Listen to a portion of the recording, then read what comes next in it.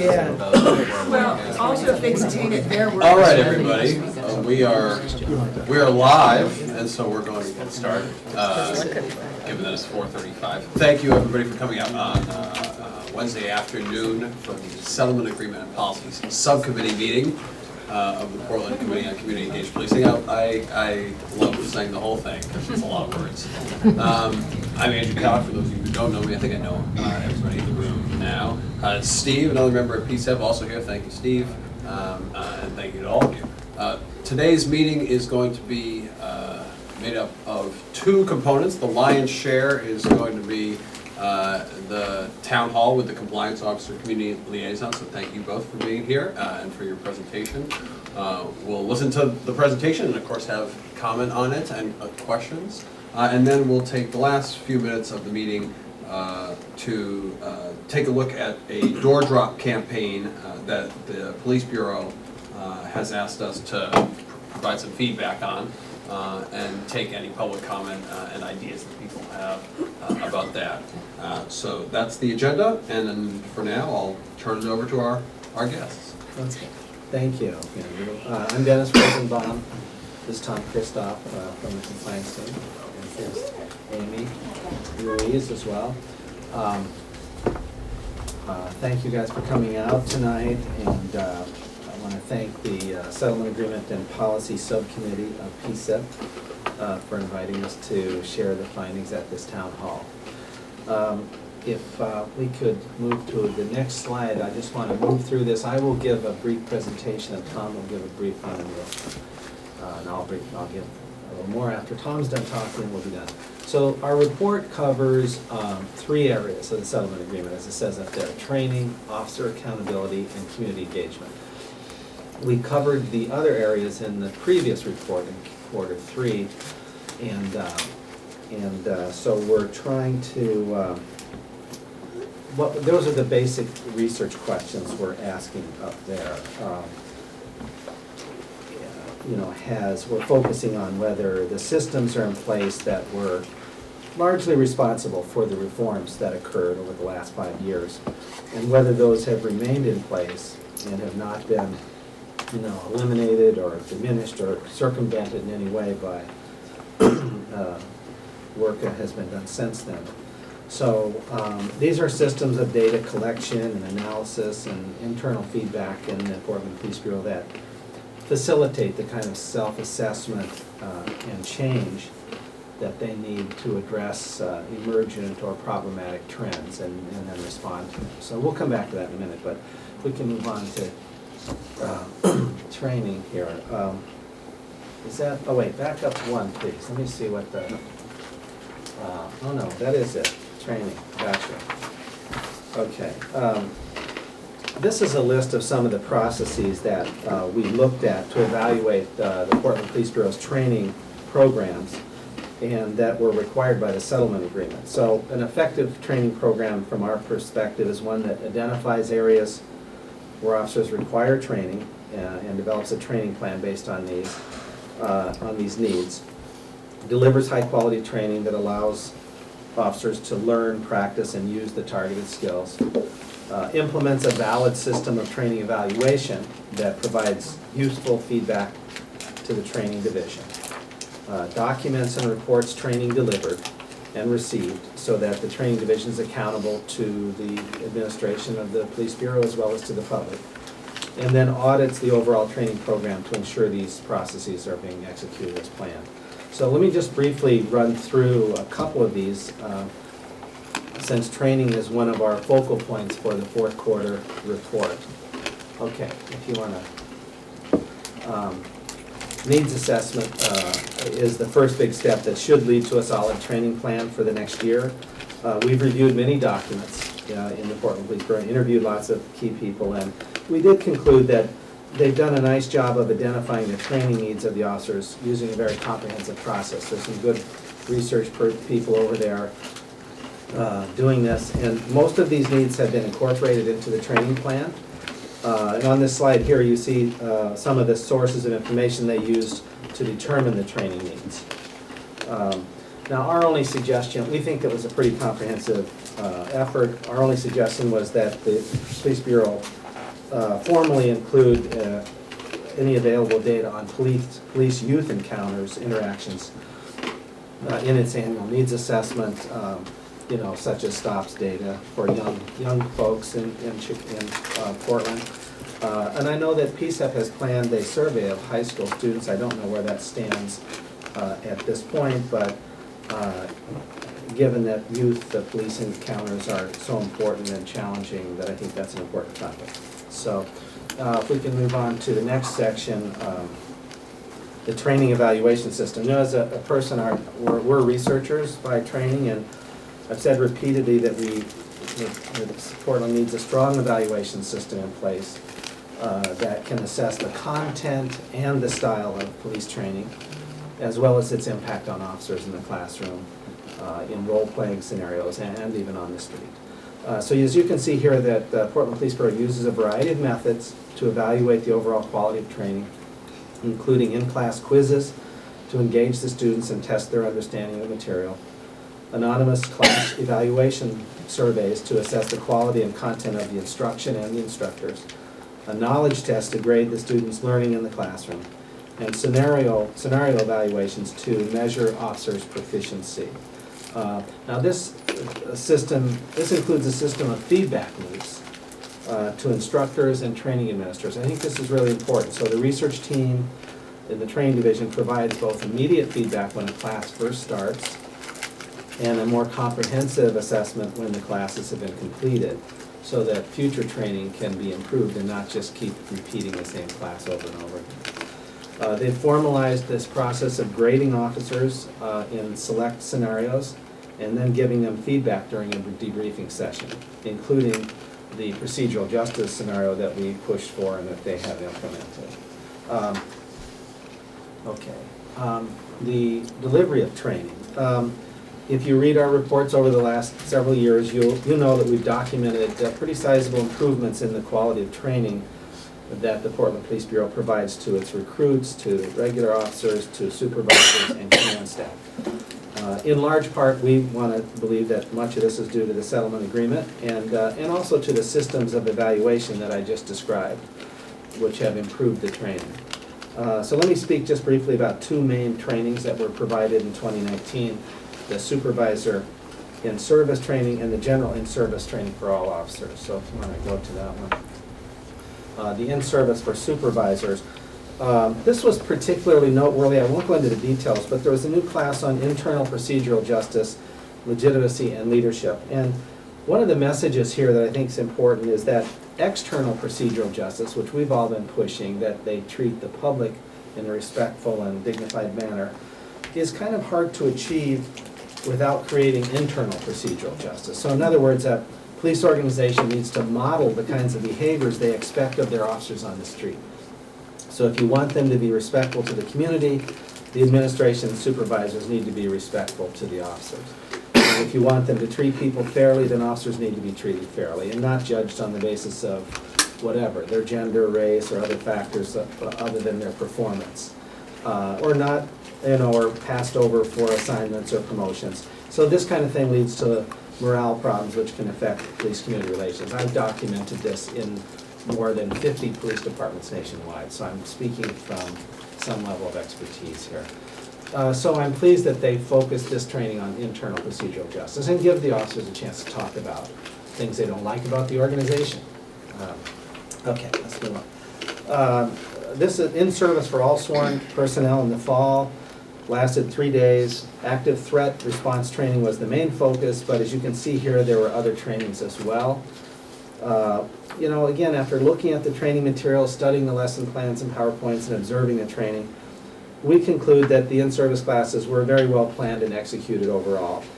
However, there was one problem in the fall. We did notice a problem with the control tactics class, which involved hands-on training in defending oneself against someone with a knife, and how to use a knife in a deadly force encounter.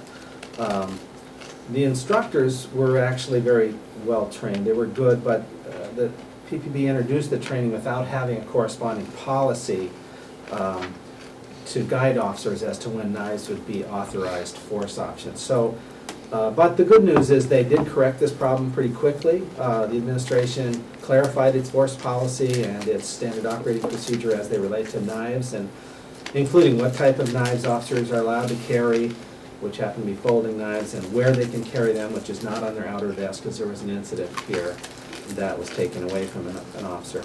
The knives can only be used as a defensive tool in deadly force encounters. They're not part of the deadly force set of tools, like tasers and guns and that sort of thing. Otherwise, knives can be used as a utility tool, like cutting a seatbelt or something like that. It's more like a folding knife. It's more like a Swiss Army knife thing rather than a big knife that could be used in the wrong way. Finally, most importantly, I think the Bureau has taken the steps to ensure that such errors don't occur in the future, including the requirement that the PPB policy team, which is at headquarters, review all training lessons prior to implementing, so that no training lessons can go on without, make sure it corresponds with policy. Big part of the settlement agreement was, develop the right policy, train on that policy, and then implement. So that correspondence was kind of important. Okay, now I'd like to introduce Tom, who's going to talk about accountability, and then I'll come back and talk about community engagement after that. Go ahead, Tom. So like Dr. Rosenbaum said, I'll be going over the Section 8, which is accountability. And broadly, what we had found was that PPB in the city continued to demonstrate ongoing adherence to the requirements of the accountability section. So I'm going to go over a little bit of how we made that determination, some of the things that we did to look at all of the paragraphs of the settlement agreement. We looked at cases, we looked at administrative closures, supervisory investigations, full investigations, looked at those case documents. We looked at other documents, including SOPs, policies, communications with complainants. We looked at OIS, officer-involved shooting case files. We conducted interviews with IA and IPR members, talked with them about their changes to processes, talked about issues that they had identified and resolved. And we also did observation. We observed CRC meetings. And through all of this, I think one of the things that Dr. Rosenbaum really touched upon is the evaluation from a system perspective. So during our presentation of our last report, we noted that the systems that were created by the settlement agreement were the outcomes that the settlement agreement was really driving at, that PPB in the city had systems of ongoing monitoring, evaluation, self-correction, generally creating a self-improvement loop. So if there are issues identified within the process, that those issues can be identified and resolved in a timely manner. So we'll go to the next slide and we'll look at some of the specific findings from this section. So with concurrent investigations, criminal and administrative investigations, we continue to find that they're being performed concurrently. I think it was 2 out of the 42 concurrent investigations had a communications breakdown, but those were identified, and again, processes were put into place when a communication breakdown was identified, therefore creating that remedy. When cases exceed the 180-day review period that they're allotted, one of the paragraphs of the settlement agreement says administrative cases shall be completed through the finding stage within 180 days. When they are not completed in that 180 days, they don't just get neglected. What happens is IA conducts an evaluative process. They look at why did this case go over that 180 days, and then they create a report on it. That report contains the reasons why, it contains remedies, it contains recommendations, and all of these are reviewed by the chief, again, to make sure that where something could have been done in the future, it will be done. We looked at the officer-involved shooting events. We looked at whether policies were being enforced related to compelled statements, creating that wall of separation between the administrative and the criminal investigation. We looked at CROs, or communication restriction orders. when an officer-involved shooting happens, all involved officers and all witness officers are provided this document that says you cannot speak about this incident until the administrative investigation is completed or until the grand jury has come back with their determination. We looked at the separation of witness and involved officers even prior to issuing those CROs, just to make sure that nobody's trying to talk with each other, and those things are regularly happening. The walkthroughs at the scene of an officer-involved shooting event, and again, creating that wall of separation between the administrative and the criminal investigation, which happened after an officer-involved shooting event. So we'll go to the next slide. And again, when we're talking about a system, so we looked at the entire, as part of our evaluation of the settlement agreement, we look at the entire complaint process from start to finish. And we continue to find that IPR is facilitating the ability to file complaints. There are other options available. Making the complaint through IPR is often the most common one. You can do online submission. The ease of filing a complaint is there with the online submission as well as the other options. If you're a complainant, you can track your case from start to finish through the IPR website. IPR provides regular communication with complainants, either for status update or when findings are done. So IPR will send out a letter upon the initial investigation, telling the complainant this is what will happen with your case. Either we're forwarding on for SI, forwarding on for a precinct referral, forwarding on for a full investigation, or administratively closing it. And then we also looked at the PRB, the CRC operation, and how that fit in with the requirements of the settlement agreement for all. The Police Review Board and the Citizens Review Committee. So we looked at those things and how they operated, again, as a system. Yes, they are compliant with the letter of the settlement agreement, but a little bit more importantly, they are operating in an effective system. We also performed a review of 20 cases. We looked at administrative closures, we looked at supervisor investigations, and we looked at full investigations. And one of the things that we really wanted to look for were the findings, if it went to an SI or a full investigation, or the fact that it was administratively closed, were those decisions along the way reasonable? Were they supported by a preponderance of the evidence? And in our review of the 20 cases, we found that the cases were. The findings and the determinations were reasonable and supported by a preponderance of the evidence. One of the things that we noted is IPR is required to, the city, PPB and IPR are required to perform a full investigation with findings if it's an allegation of force, unless there is clear and convincing evidence that the allegation has no basis in fact. This is something that we had seen happening prior. One of the things that we had noticed were a couple of cases that didn't fit the definitions of clear and convincing and no basis in fact as had been portrayed to us as to how what those would be. So to create what we call a durable remedy, to create something that can make sure that doesn't happen again, IPR revised their SOPs to clearly define those things, utilizing the input of the COCL team, utilizing the input of the Department of Justice, and doing a turnaround to make sure that those terms are clearly defined. And so it creates a memorialization of the concepts that will ensure the consistent application in the future. And we'll go to the community engagement section, but after this is all, if there's any questions about this section, please don't hesitate to ask. Okay, thanks, Tom.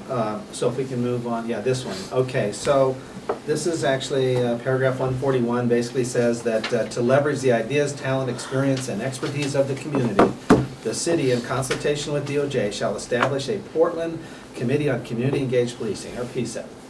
And as you know, PCEP was created in 2018, and the community engagement section of the settlement agreement requires that PCEP do certain things and requires that the city and the Portland Police Bureau do certain things. So in our third quarter report in October of 2019, we were able to say that we felt PCEP and PPB had achieved substantial compliance with these conditions of the consent decree, settlement agreement, excuse me.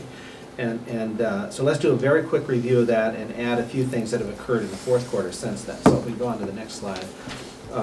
We followed PCEP from its inception, and in our judgment, they've consistently functioned as an independent, legitimate mechanism of community engagement as expected by the settlement agreement. First, they have the structure and leadership in place. This includes 5 subcommittees and that regularly meet and provide reports and recommendations to the full PCEP. The PCEP has bylaws and protocols that are needed to elect new officers and add new members and streamline recommendations, etc. The group represents, to use the words of the settlement agreement, a reasonably broad spectrum of the community as well. It has met regularly as a whole and with its subcommittees, and has provided multiple opportunities for community input on police-community relations, including this town hall meeting tonight. PCEP has maintained a solid working relationship with the city and the Portland Police Bureau, and has established relationships with various non-city organizations. And as a result, PCEP has provided numerous recommendations to the city and PPB, including feedback given to PPB on the community engagement plan, their annual reports, PCEP alternates, and many other topics that I don't have listed here. In summary, we feel that the PCEP has continued to comply with the requirements of the settlement agreement, and as we've said before, looking at everything, the big picture, we believe that PCEP has the skills and resilience to survive and adapt to its environment, and we strongly encourage the City of Portland and the community at large to continue supporting this committee after the completion of the settlement agreement.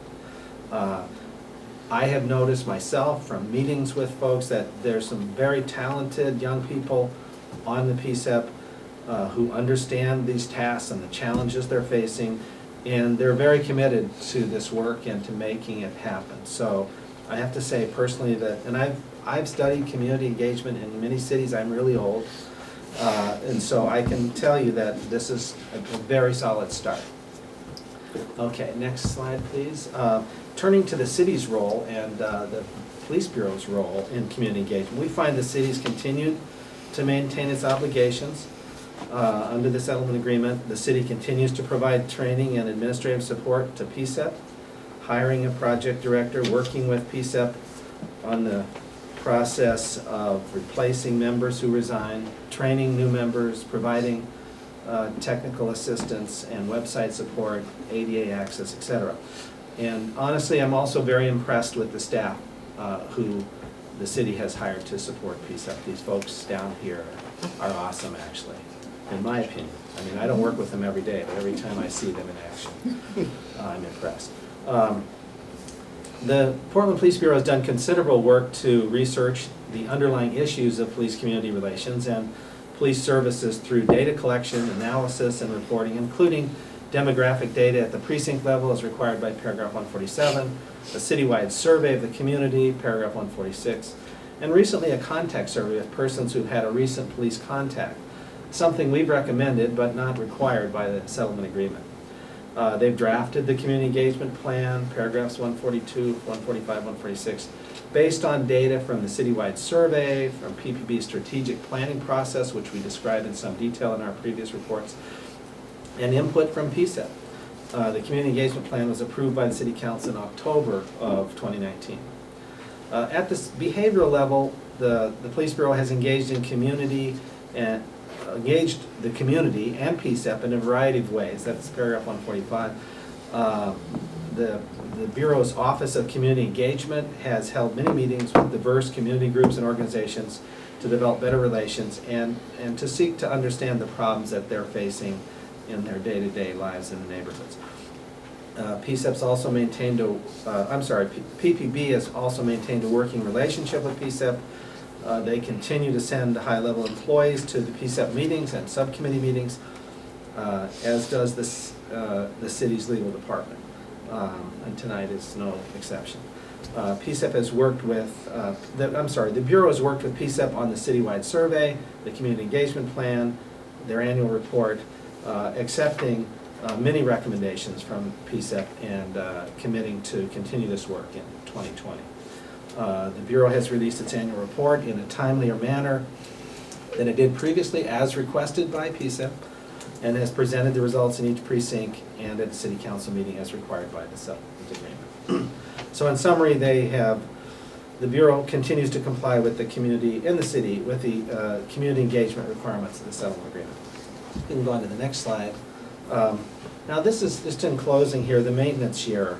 So consistent with what the COCL team has recommended in our reports in 2019, DOJ has recently, the Department of Justice has recently found that the city has achieved substantial compliance with the terms of the settlement agreement effective January 10th, 2020.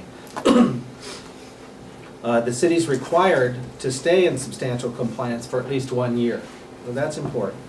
And so, I mean, PCEP's job in part here is to evaluate PPB on community engagement during this time, and of course, the COCL team will evaluate compliance during the maintenance year and report whether the established remedies are in fact durable and remain in place at the same level of commitment in 2020 as they did at the end of 2019.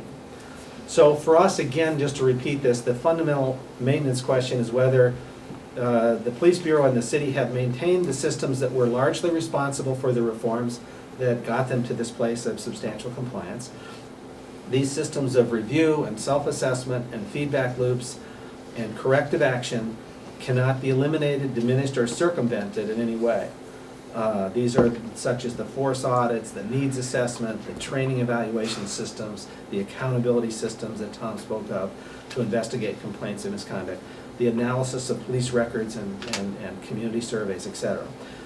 Included here basically are systems to identify and respond to emergent and problematic trends.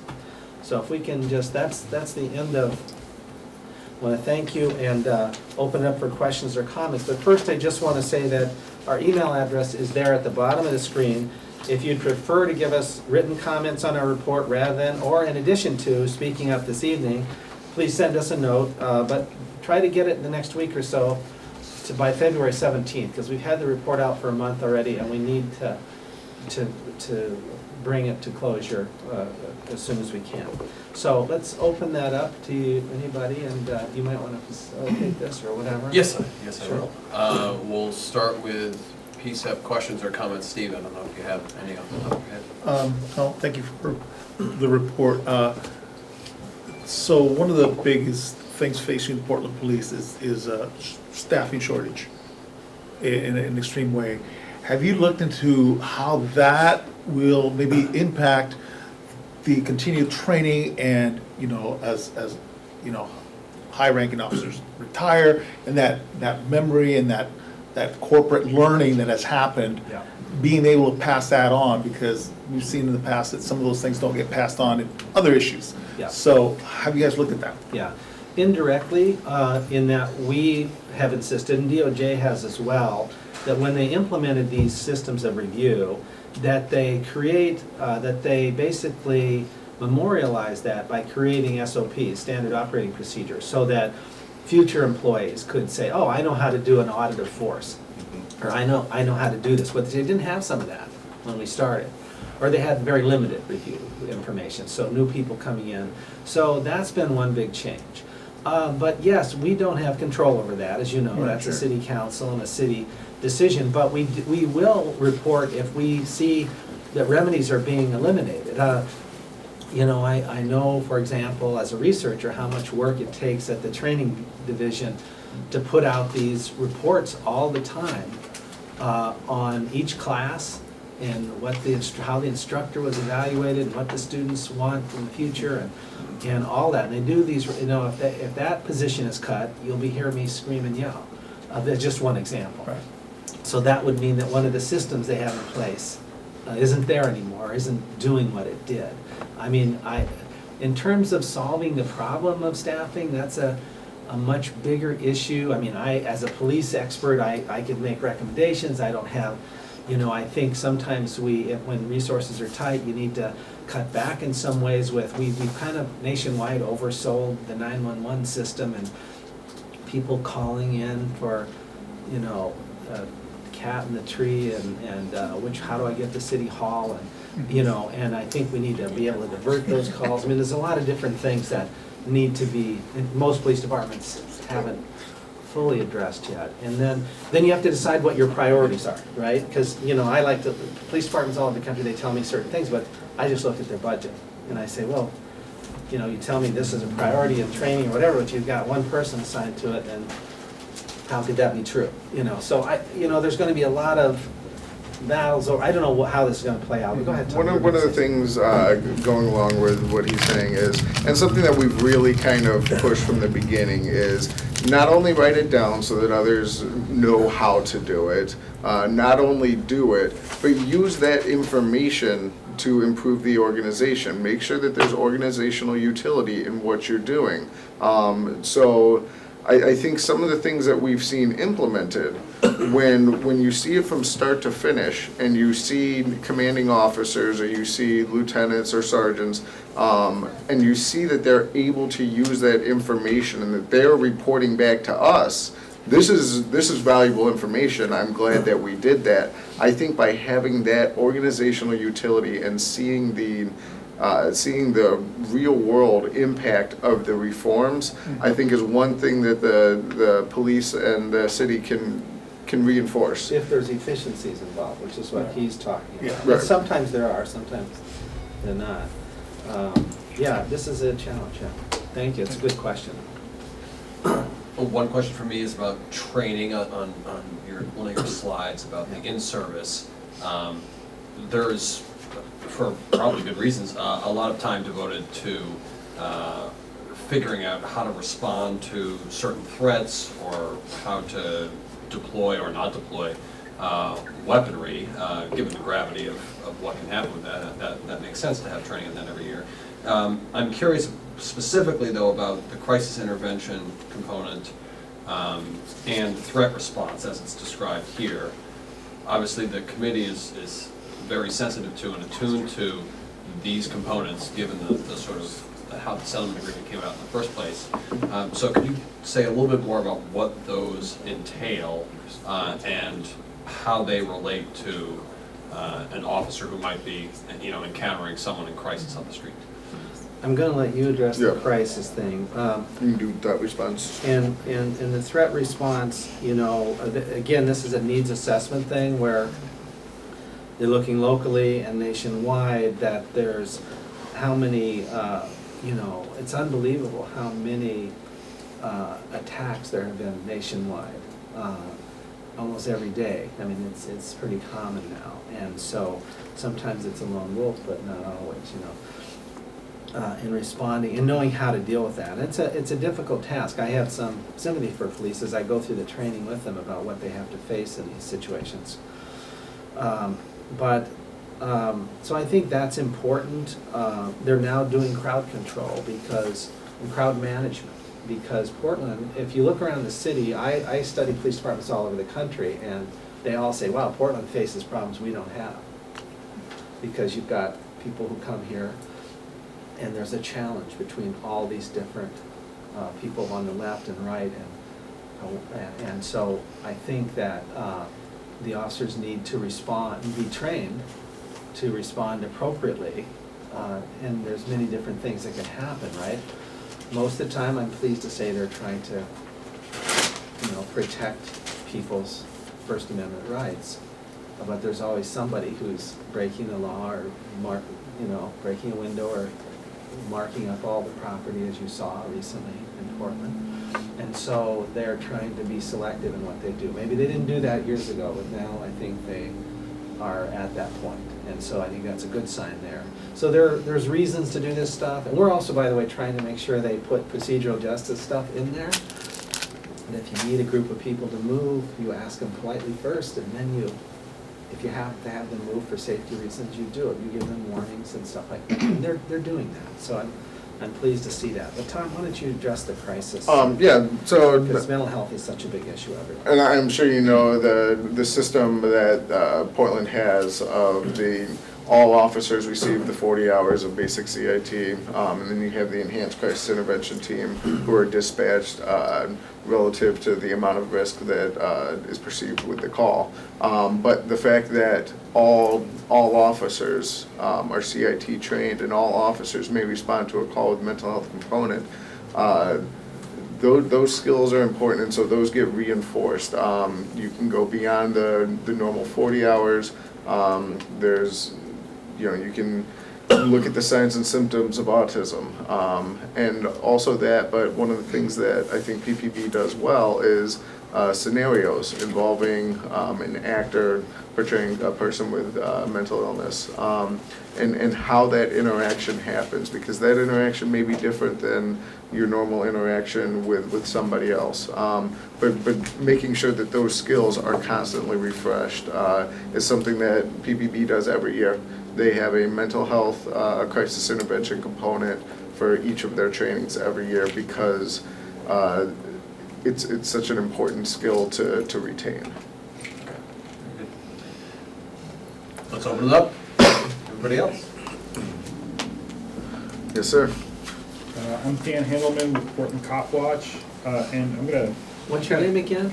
Just gonna go through a number of things, and you can respond to as many as you want. I know we don't have a lot of time, which is unfortunate for a town hall. You mentioned the CRC is functioning well as part of an oversight system. The chair and another member both resigned within the last 3 months.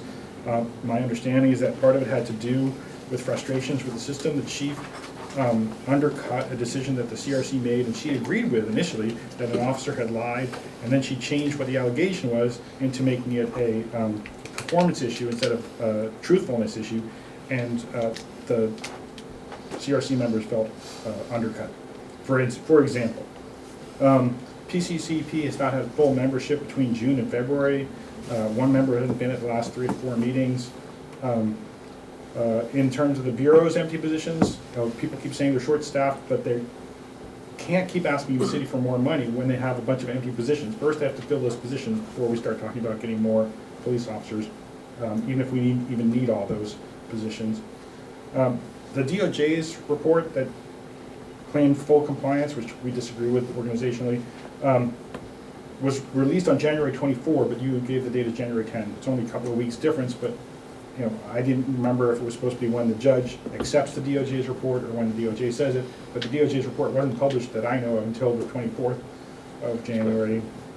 The annual report, which, as you said, went to City Council, the only reason the public was allowed to talk about that report was that they were accepting the community engagement plan at the same time. Otherwise, the mayor would not have taken public input on this report. If the whole point is to have community engagement, why would you give a report presentation of that magnitude and not allow the public to have feedback? So that is not in the spirit, let's just say, of the agreement. The contact survey that was done, according to what you wrote, was only done with crime victims. It was not done with people who were suspects of any kind. So that's not really a complete picture of how the police treat people. And I should have started with this because you always try to start by saying something nice. We have our differences of opinion with you all. But you went in and saw this training where the police were using knives and they didn't have a policy. That was great. You stopped them from doing something that was potentially very harmful to our community. Who's going to do that when you're gone? PCCEP members aren't going to be going to those trainings, and they're probably not going to recognize that dissonance between the training and the policy. So this is a very large question that's going to loom over us for the next years. How is that going to be taken care of when there's no more DOJ and COCL? I have a lot more, and I sent our comments to you earlier today in writing. We have printed copies of them here, so if you want the printed copy or anybody else wants them, we do have them here. Well, first of all, thank you, Dan. You're always very thorough, and I'm so old I like copies, the hard copies. So, but I'll respond to a couple quickly, and Tom can respond. Your last one about the knife training and who's going to keep an eye on PPB when we're gone. Part of that whole thing that happened the chief's office quickly stepped up and said, no, we have a policy review team in our office, and there's gonna be no more training that starts without us checking that it's compliant with policy. So now there is a new remedy in place. So that's my response to that. Trying to, you alluded to PCEP being down on staff too, right? Or in members. That, I said that there was at least one, and for a lot of time, 2 seats open for most of the year. And But- one person hasn't been coming to the main meetings for the Yeah, last several. I've been told, and others in the room can talk about this better, that there's 2 or 3, that there is a pool of alternates, and that those positions will be filled. I don't know if Andrew or the staff, do you want to respond to that, or? Do you want to talk about alternates? Sure. We have 3 alternates right now that are going to receive training as soon as possible. One alternate did already receive that training, but we have a full committee, or we had a full committee at the last meeting. The member you're speaking about exceeded their total number of absences, so I sent an email 2 weeks ago saying that we were going to have to fill that person's seat. So that person's seat will be filled with an alternate. Okay, thank you. Just a couple other things. When did DOJ decide that the city was in substantial compliance? Was it January 10th or January 24th when the report was written? I'm going to ask Jared if he's willing to address that. I think it's a difference between a publication date and a compliance date. Is that what that is? Yeah, as noted in the footnote, I believe, on the executive summary, January 10 is the date that is the last information the department reviewed in order to make the finding of substantial compliance for Section 8, which was the last section then outstanding. And so that is the date by which the department considers the city's substantial compliance obligations to be met, triggering the 1 year. The publication date of the 24th, that has to do with internal reviews and whatnot, and so it's, that lag has been predictable and reflected in every compliance assessment report we've filed. We have always indicated in the executive summary the period for which the compliance assessment report covers. And we have to have some stop date, and we are constantly monitoring. All right, thank you, Jared. And one more, the annual report, I think, Dan, you said that there was no community input. I'm going to respectfully disagree on the grounds that the PCEP specifically had input on that, and they are a body that seeks community input and represents the community, their community members. So it's not like there wasn't any community input. I don't know if you guys want to respond further to that. Is that No. was it? Okay. Yeah, Steve? We had a whole meeting. Yeah. Oh, they represent the community. I didn't vote for them.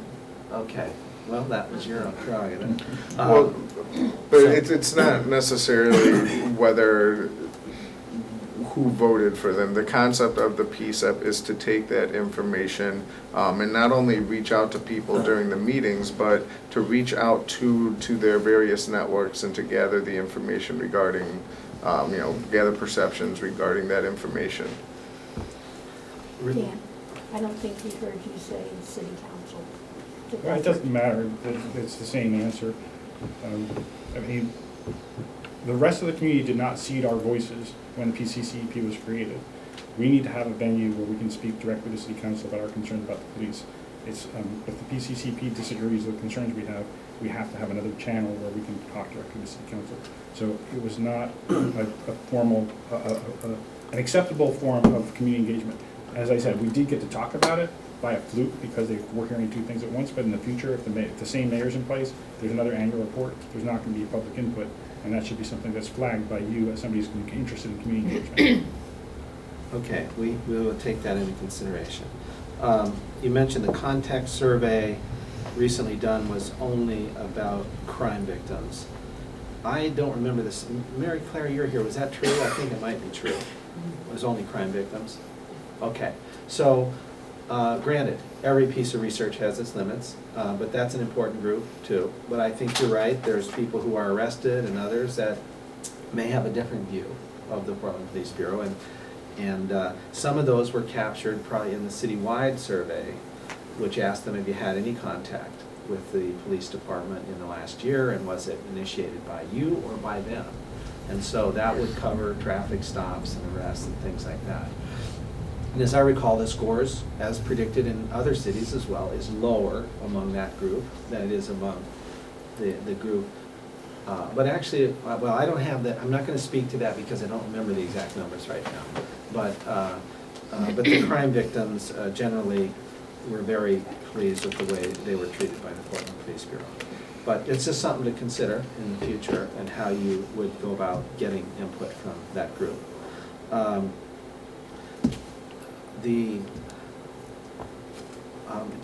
do you want to address the CRC thing, or I'm happy to do it too, but I don't know. That was, can you repeat that was the first one, so it Well, I was. just noted that 2 members resigned recently, and the chief had undercut a decision that they made, and she said she agreed with. And that's an institutional problem that is not gonna go away when DOJ, even if we're in full compliance, that's very problematic. Was that the current chief or the previous chief? It was the previous chief, but Chief it's still Outlaw. institutionally possible. Yeah. Okay. I'm not prepared to comment on that. I don't know if you are. but- I don't know enough about that specific case. I will say that the CRC, the operation of it, the function of it, comply with the settlement agreement, and is a system that may have hiccups, but is a system that overall appears to be operating as part of the broader accountability system. So again, when we're looking at the totality of the accountability system, being able to file a complaint, that complaint being investigated, having the ability to appeal findings as an overall system, it appears to us to be a fair system that is operating as intended. Again, it may have hiccups. I'm not going to speak to that specific case that you're talking about, but as an overall system of accountability, we find that the one in Portland is a sufficient and efficient one. Dan, was there anything else that we didn't address? We should probably stop too, because you have other business. Right, Was that enough for tonight, or? I'm sure there's more that we can Well, do Yeah. later. And Dan, you know, we'll give a response to every single one of your comments as we have in every report that we've done.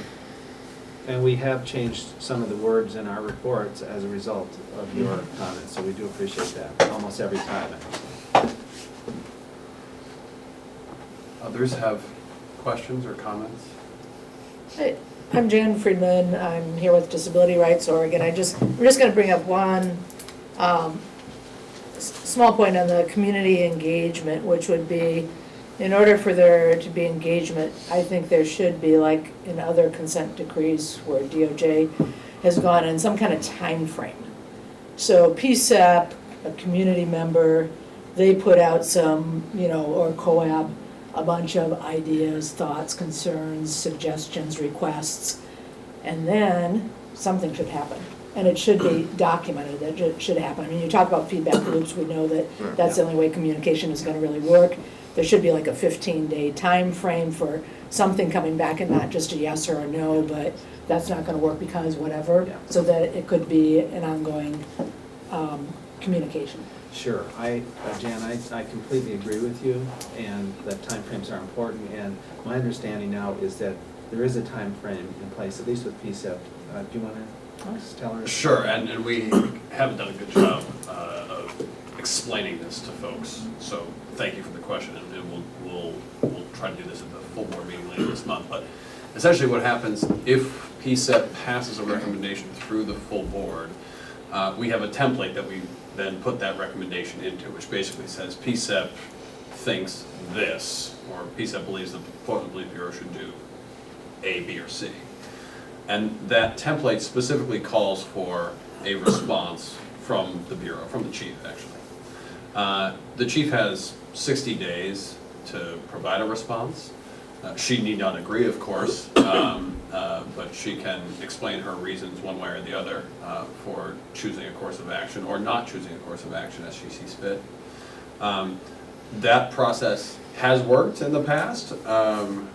We received responses, again, sometimes agreeing, sometimes not. It broke down a little bit because the committee and staff had a miscommunication about who was actually sort of transmitting those recommendations to the Bureau. But we're back in the saddle again, and that's the sort of time frame that we're looking at in terms of how the city responds to the things that we recommend. So where would I find that if I'm looking for that language as to how it's supposed to work? The 60-day thing, is the 60-day thing On the plan. in the plan? So it's in the piece of, okay.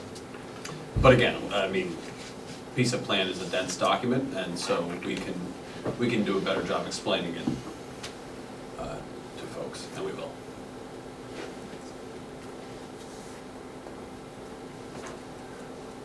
Other questions or comments for our guests? Okay. Thank you. Thank you And all. feel free again to use that and get in touch with us. Thanks a lot. We have a few more minutes to go on to the second and final agenda item, which is soliciting feedback from you all about a door drop campaign that the Bureau is looking to engage in, specifically the gun violence reduction team, sort of seeking out help from the community. And I would love to bring up the links, if I can, the actual images. Claudia, if I send them to you, can you put them on the screen? Yeah, I try to look for it.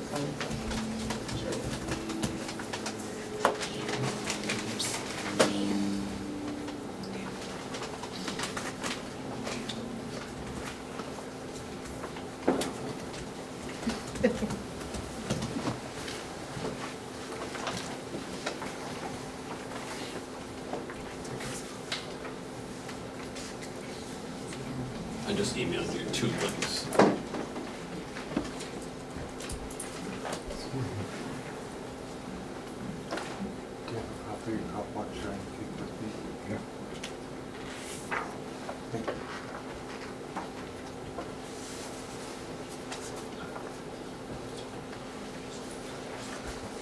I sent them to your work email.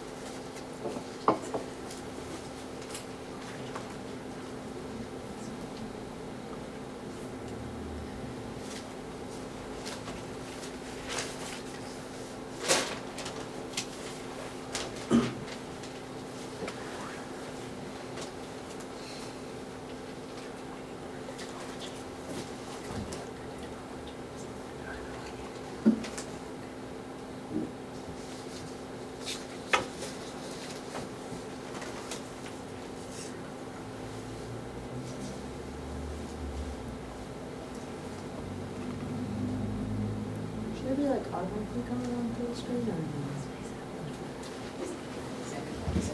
Should it be like automatically coming onto the screen?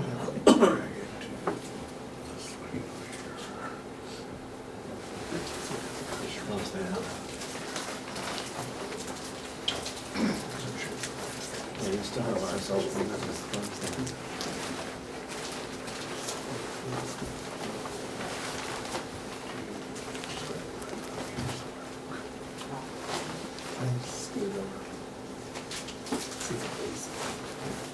Oh, there it came for a second. It's coming. Oh. Square thing. Wow. You have to click on Squeeze it. down, it's just- It's tricky. Okay. Yeah, right, okay.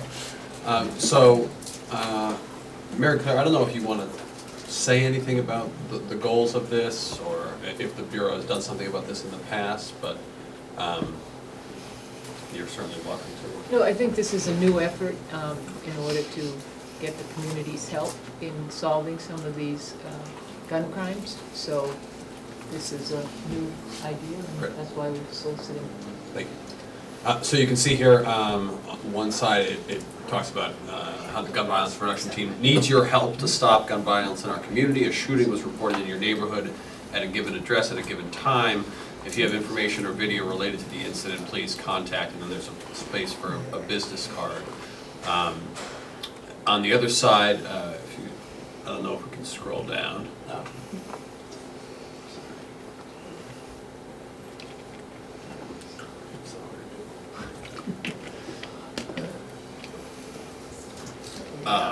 There's some additional copy that I'm just going to read quickly. It says the Portland Police Bureau, alongside state, local, federal law enforcement, and community partners, have adopted a collaborative strategy to reduce gun crimes and prevent future violence.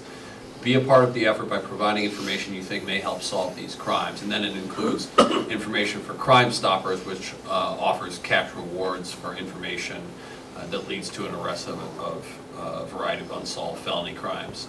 And the fact that you can remain anonymous.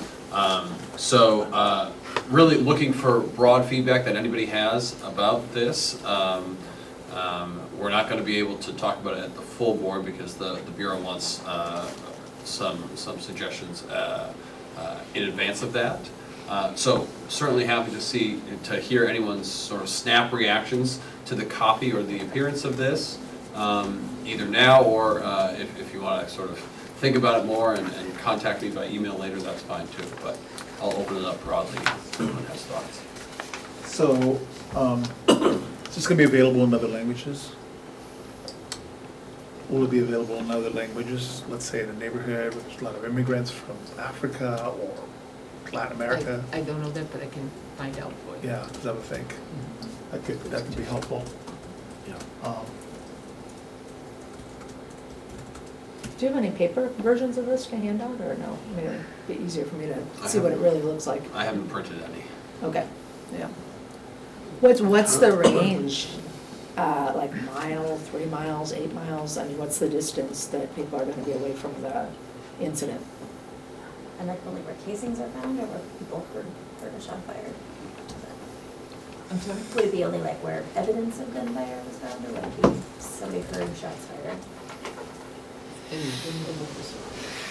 I don't know that there's any specific, Distance, distance. yeah. The neighborhood The neighborhood, where the crime is alleged Sure. to have occurred, where the incident is alleged to have occurred. I was in a meeting last Friday when they were talking about this, piece, I can't remember all the name of it.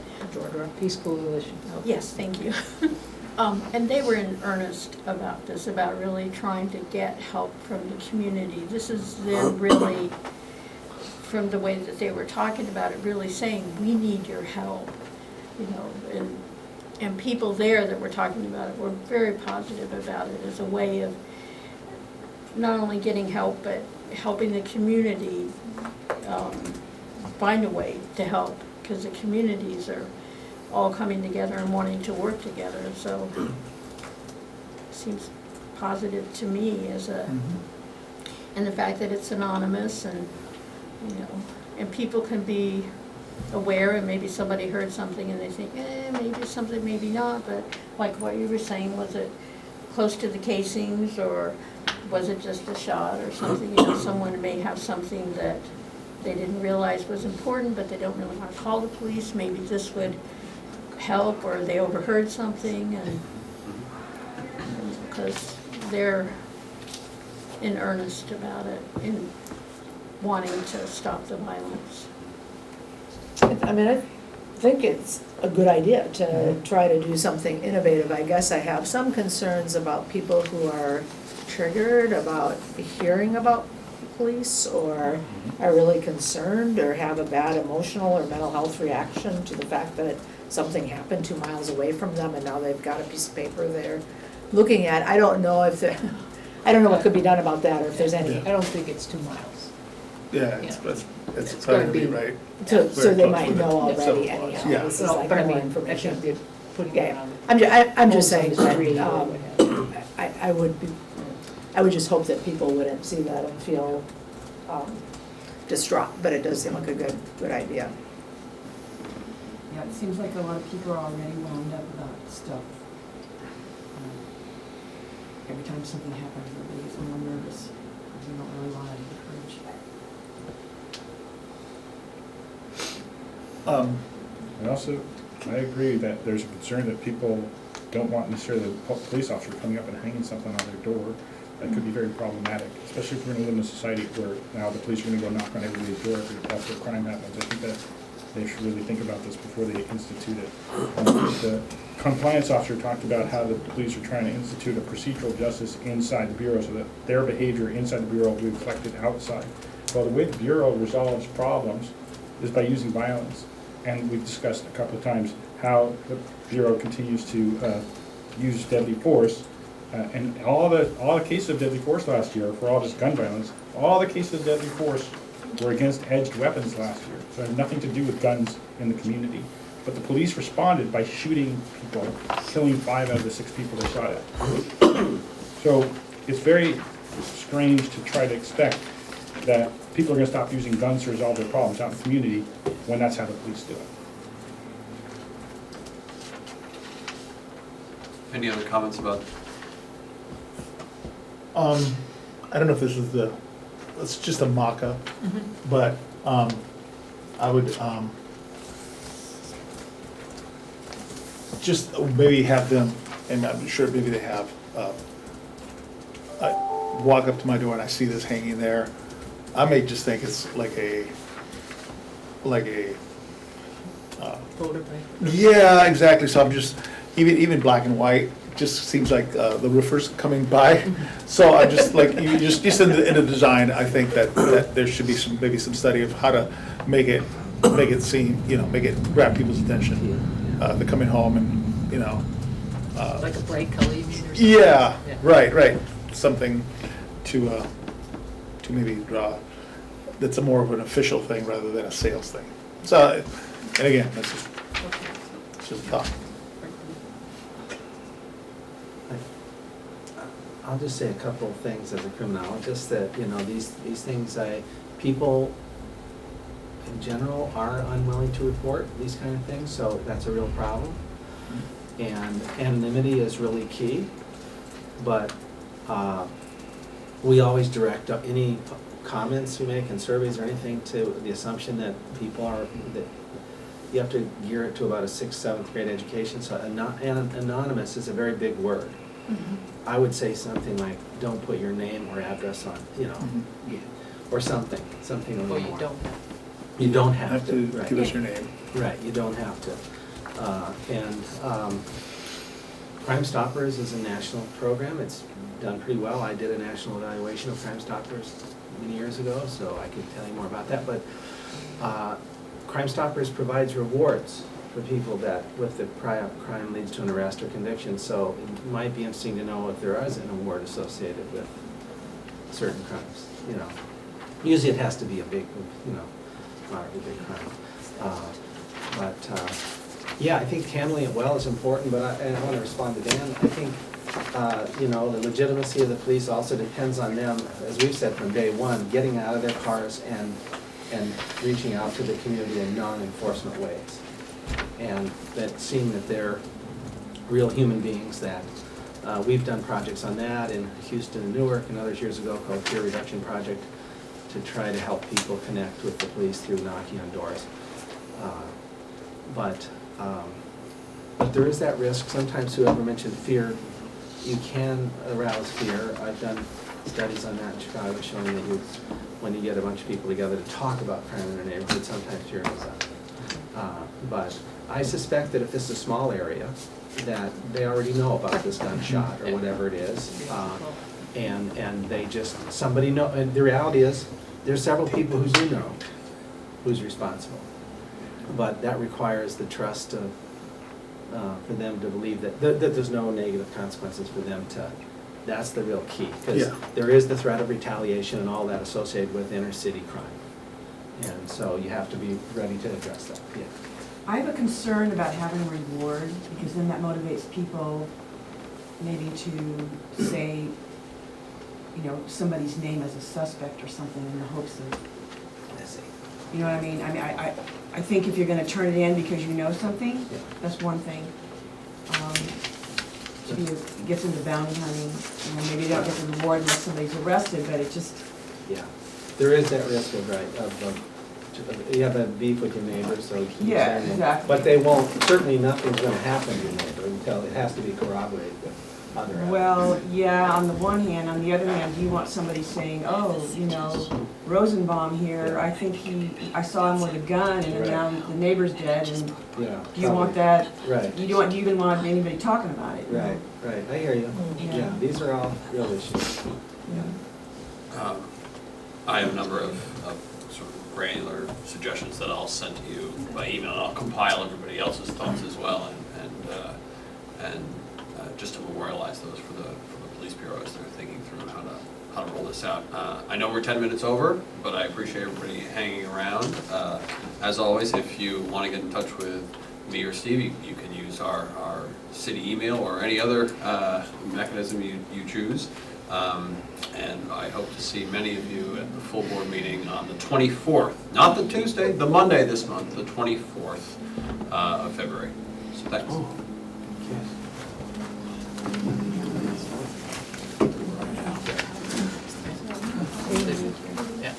And then somewhere on there. Thanks, Andy. You know what I mean?